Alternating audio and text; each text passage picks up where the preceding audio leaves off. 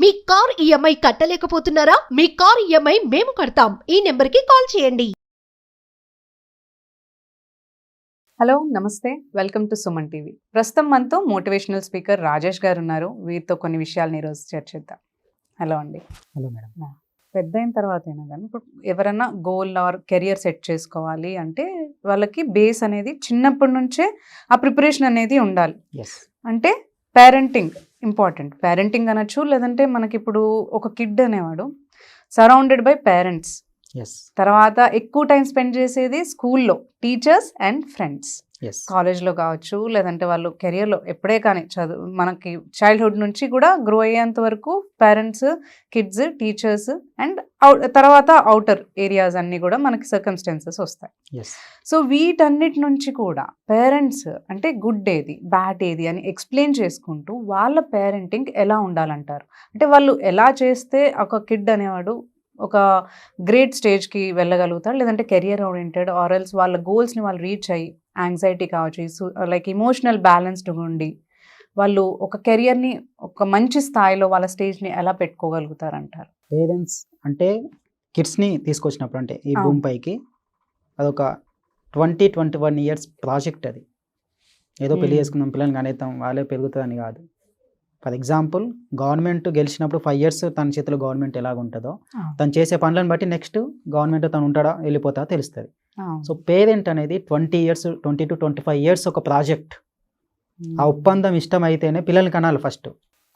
ఏదో పెళ్లి చేసుకున్నాం, పిల్లల్ని కనేసినాం, వాళ్ళు భూమి తెచ్చిపెట్టేసినాం, వాళ్ళు పెరిగేస్తాం. అందుకే కదా ఇవన్నీ పెరిగిపోతున్నాయి. ఆ 20 years ప్రాజెక్ట్ నువ్వు తీసుకుని, ఎందుకంటే ఒక వ్యక్తిని 20 years వరకు నువ్వు కాపాడితే తను తర్వాత నేను 20 years 30 years నిన్ను కాపాడుతాడు.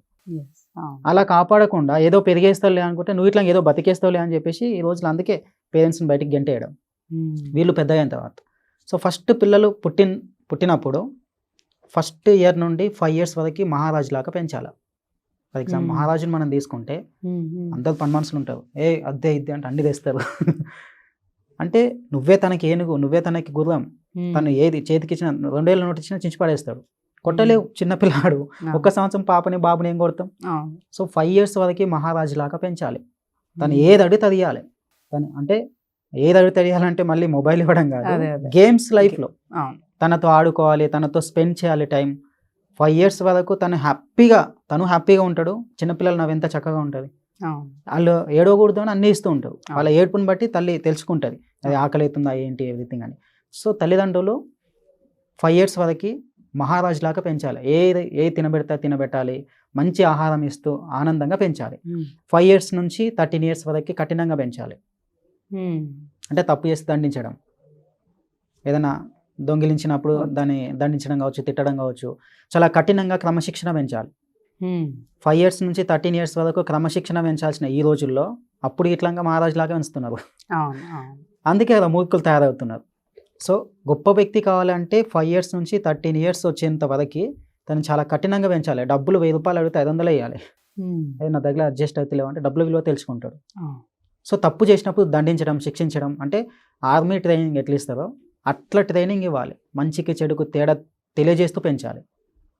ఈ రోజుల్లో సుఖాలనే ఇస్తున్నారు కానీ దుఃఖాలని ఇవ్వట్లే. అదే కొడితే మావాడు ఏడుస్తాడు, పెద్ద అవుతున్నాడు కదా తెలుస్తున్నాయి వాడికి, అతను ఎట్లా తెలుస్తుంది? నువ్వు తెలుపంది అతనికి ఎట్లా తెలుస్తుంది? ఏ పేరెంట్స్ అయితే 5 years నుంచి 13 years వరకు మంచి చెడు తెలుస్తూ సుఖం మాత్రమే కాదు దుఃఖం కూడా ఇస్తూ నేర్పించే వాళ్ళే కఠినంగా నేర్పిస్తూ 13 years దాటిన తర్వాత 14 years నుంచి 19-20 years వరకు అది వాళ్ళకు ఒక ఫ్రెండ్షిప్ కావాలి లైఫ్లో. వాళ్ళు అప్పుడు ఒక మంచి తోడు కావాలి. అప్పుడు పేరెంట్స్ ఫ్రెండ్స్ లాగా ఉండాలి.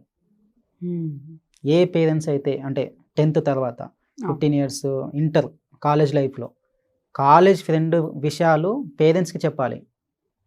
అలా ఏ పేరెంట్స్ ఉంటున్నారు ఈ రోజుల్లో? నాతో ఒక అమ్మాయి ఇట్లా మాట్లాడింది నాన్న అని చెప్పి అబ్బాయి ఎవరు ఉన్నారు? అట్లా ఉండాలంటే నాన్న ఎంత ఫ్రెండ్లీగా ఉండాలి, అట్మాస్ఫియర్ వీల్ క్రియేట్ చేయాలని. ఎస్. అంటే పేరెంట్స్ అమ్మ కావచ్చు నాన్న కావచ్చు 14 years నుంచి 20-21 years ఆ లైఫ్లో అంటే 14 years వచ్చినాయంటే ఫ్రెండ్లీగా ఉండాలి.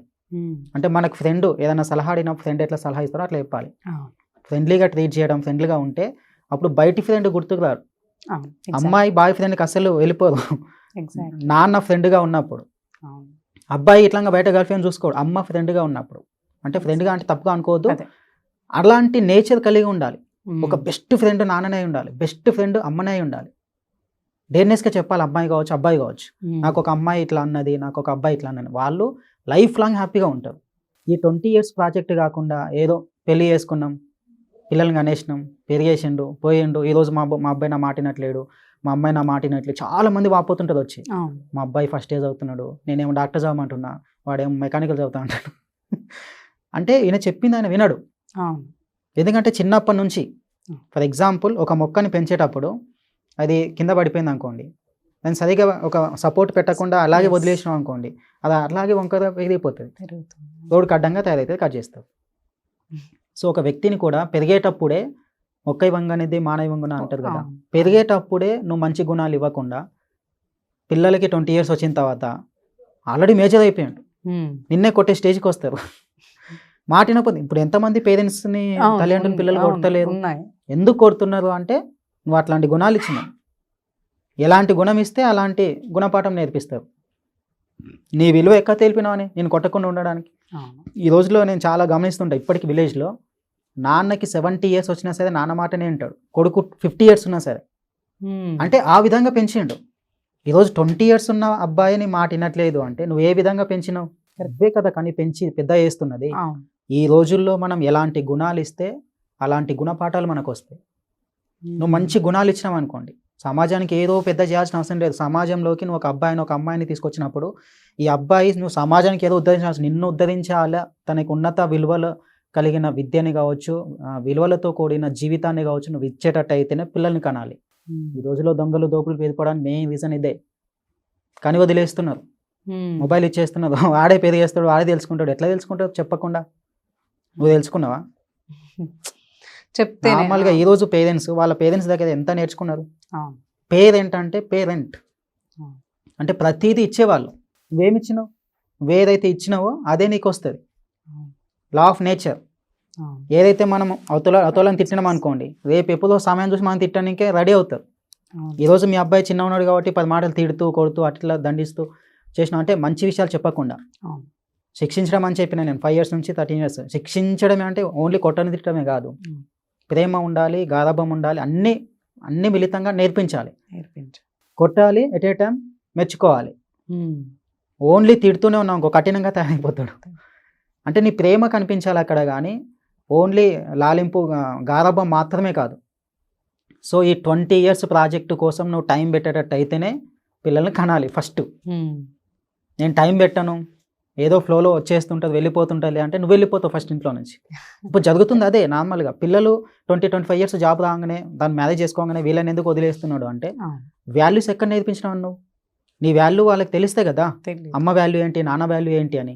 అవన్నీ తెలియజేస్తూ పెంచితే 100% పిల్లలు లైఫ్ లాంగ్ మనతో పాటు ఉంటాడు. మన భారతీయ సంస్కృతినే అది. సంస్కృతి నేర్పించే చదువు కంటే ముందు అంటారు. చదువు నేర్చుకోకపోయినా సంస్కారం నేర్చుకో అంటారు. సంస్కారం ఈ రోజులో ఎవరు నేర్పిస్తున్నారు? ఏదో పెరిగేస్తున్నది అంతే. మంచి అంటే అమ్మ వాల్యూ ఏంటి, ఎంత కష్టపడితే మన ఇంట్లోకి వంట వస్తుంది. ఈయనకి ఏదైనా నచ్చకపోతే ప్లేట్ విసిరేస్తాడు, అది నచ్చలేదు నాన్న ఇంకోటి చేస్తా అని తెస్తాడు. ఒకసారి తనకు కూరగాయలు కట్ చేయమంటే తెలుస్తుంది వెజిటేబుల్ కట్ చేయడం ఎంత కష్టం అనేది. అది ఎక్కడ నేర్పిస్తున్నావు అని.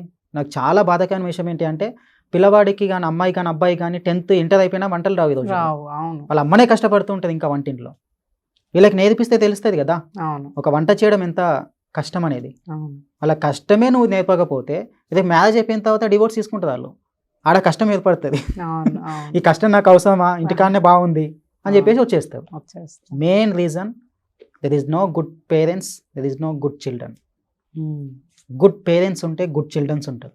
నువ్వు కరెక్ట్ ఉండకుండా నా పిల్లలు కరెక్ట్ ఉండాలి అంటే కాదు. నువ్వేమో ఫోన్ చూస్తూ ఉంటావు, నువ్వేమో నీ బిజీలో నువ్వు వెళ్ళిపోతావు, ఆయన బిజీలో వెళ్ళిపోవడం, నీలాగానే కాపీ అవుతాడు అక్కడ. పిల్లలు is copying of parents.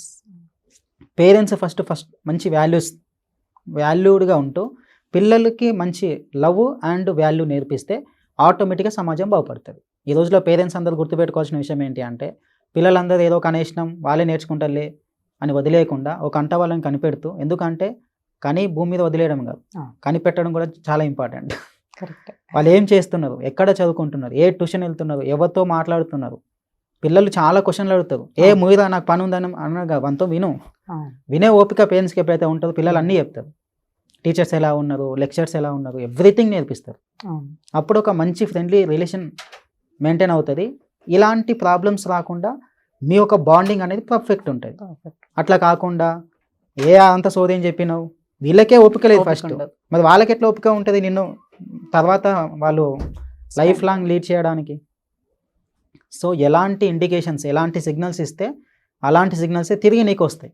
So ఈ ఫార్ములాస్ ప్రతి ఒక్కరు గుర్తుపెట్టుకొని అందరు చక్కగా ఉంటే సమాజం, ఫస్ట్ ఫ్యామిలీస్ చక్కగా ఉంటే సమాజం చక్కగా ఉంటుంది. ఫ్యామిలీస్లో కరెక్ట్ లేదు కాబట్టి సమాజంలో చాలా అసమానతలు ఉంటున్నాయి.